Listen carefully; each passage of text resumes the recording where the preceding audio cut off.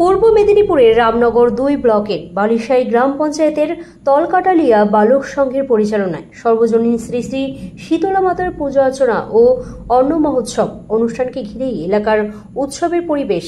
অন্নপ্রসাদ বিতরণের কর্মসূচির সূচনা অনুষ্ঠানে উপস্থিত ছিলেন রামনগর ১ পঞ্চায়েত সমিতির সদস্য দীপক। অন্যান্যদের মধ্যে উপস্থিত ছিলেন পূর্ব মেদিনীপুর জেলা পরিষদের খাদ্য কর্মাধ্যক্ষ তমাল তরু দাস মহাপাত্র, প্রাক্তন গ্রাম পঞ্চায়েতের সদস্য তাপসগিরি, সমাজসেবী নয়নপতি, মুরারি শ্রী, হরিকৃষ্ণ শ্রী, রাধা শ্যামভূয়া, অনিমেষ শ্রী, বিধান নায়ক, সুরজিৎ পাত্র প্রমুখ। নিউজ ভারত 24 এর রিপোর্ট। বালিশাই এলাকার বলা যায় দীর্ঘদিনের ক্লাব, শতবর্ষের পথে তাদের এই অসাধারণ আনন্দ অনুষ্ঠান আয়োজনে এলেন, কতটা ভালো লাগছে?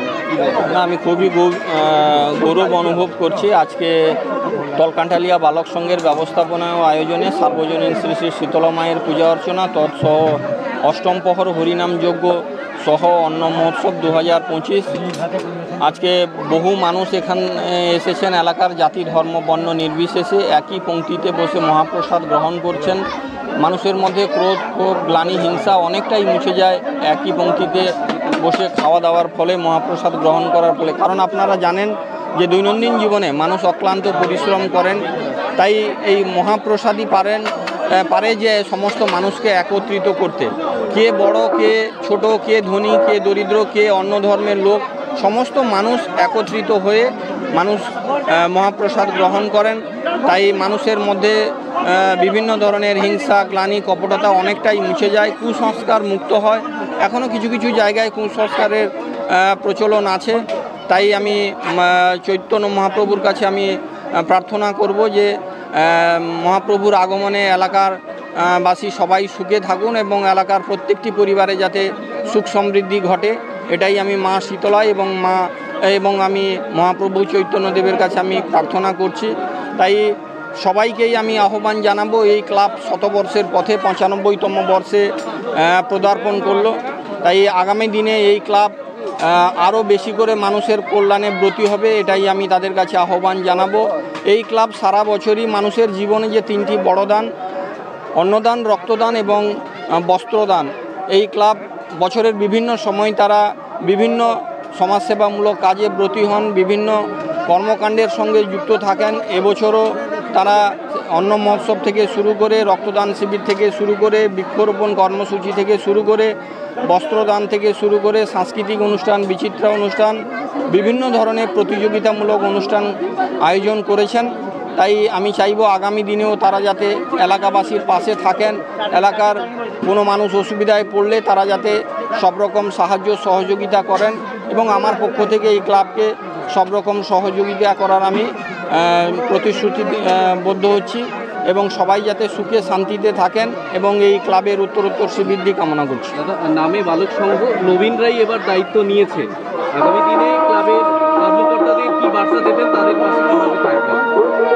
এখন এই ক্লাবকে আমি বার্তা দিতে চাই যে ইয়াং জেনারেশান এবং তাজা তরুণ যুবক এই বালক সংঘ, তারা 95 বছর আগে যাদের হাত ধরে এই ক্লাবের শুভ সূচনা হয়েছিল, তারা অনেকেই প্রয়াত হয়েছেন এবং তাদের নাতিরা, তাদের ঘরের ছেলেরা এই ক্লাবের সঙ্গে যুক্ত।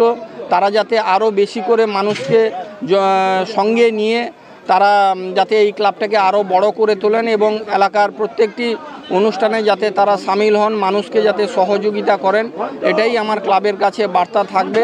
এবং আগামী দিনে তারা যাতে আরও বেশি করে সবুজায়নের লক্ষ্যে তারা বৃক্ষরোপণ কর্মসূচি গ্রহণ করেন, বছরে 2বার রক্তদান শিবির যাতে করেন, সেটা আমি আমার পক্ষ থেকে ক্লাবের কাছে বার্তা থাকবে।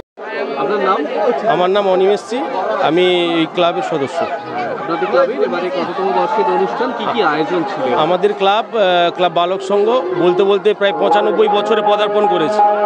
এই ক্লাব দীর্ঘদিন ধরে শীতলা মায়ের আরাধনা করে এবং চৈতন্য মহাপ্রভুর অন্ন মহোৎসব হয়। প্রত্যেক বছরই আমরা এই অনুষ্ঠান করে থাকি। এছাড়াও আমাদের এই ক্লাবে যেমন বৃক্ষরোপণ থেকে প্রজাতন্ত্র দিবস, স্বাধীনতা দিবস, আমরা প্রত্যেকটা জিনিসই রবীন্দ্র জয়ন্তী থেকে প্রত্যেকটা জিনিস করি এবং সময়ে ডিসেম্বর মাসে আমরা ব্লাড ডোনেশন ক্যাম্পও করে থাকি। এবং আমাদের এই ক্লাব সমস্ত কচিকাচাদেরকে নিয়ে ক্লাব, বহু পুরনো এই ক্লাব। আগে এত কিছু হতো না। বর্তমান আমরা ওই অন্ন মহোৎসবের আয়োজন দীর্ঘ 15 বছর ধরে করে আসছি এবং ইতিমধ্যে আজ আমাদের অন্ন মহোৎসবের সমাপ্তি এবং আগামী কাল থেকে বিভিন্ন বিচিত্র অনুষ্ঠান রয়েছে 4 দিন ব্যাপী। আমাদের আজকের অন্ন মহোৎসব প্রায় 6,500 থেকে 7,000 লোকের আয়োজন আজকের অন্ন মহোৎসব, এবং কালকে আমাদের চৈতন্য মহাপ্রভুর ঘটোত্তোলন হয়েছে।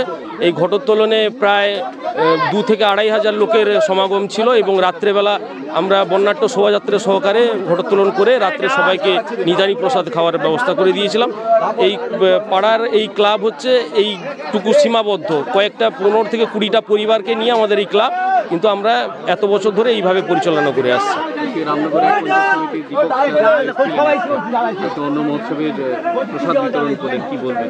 না, আমরা ওনাকে আমন্ত্রণ জানিয়েছিলাম। আমরা ক্লাব বালক সংঘের সমস্ত সদস্যগণও খুব খুশি। আমরা ওনাকে আমন্ত্রণ জানানোর পরে উনি আমাদের ভিতরে সামান্য মূল্যবান সময় দিয়ে আমাদের মধ্যে এসে উপস্থিত হয়েছে।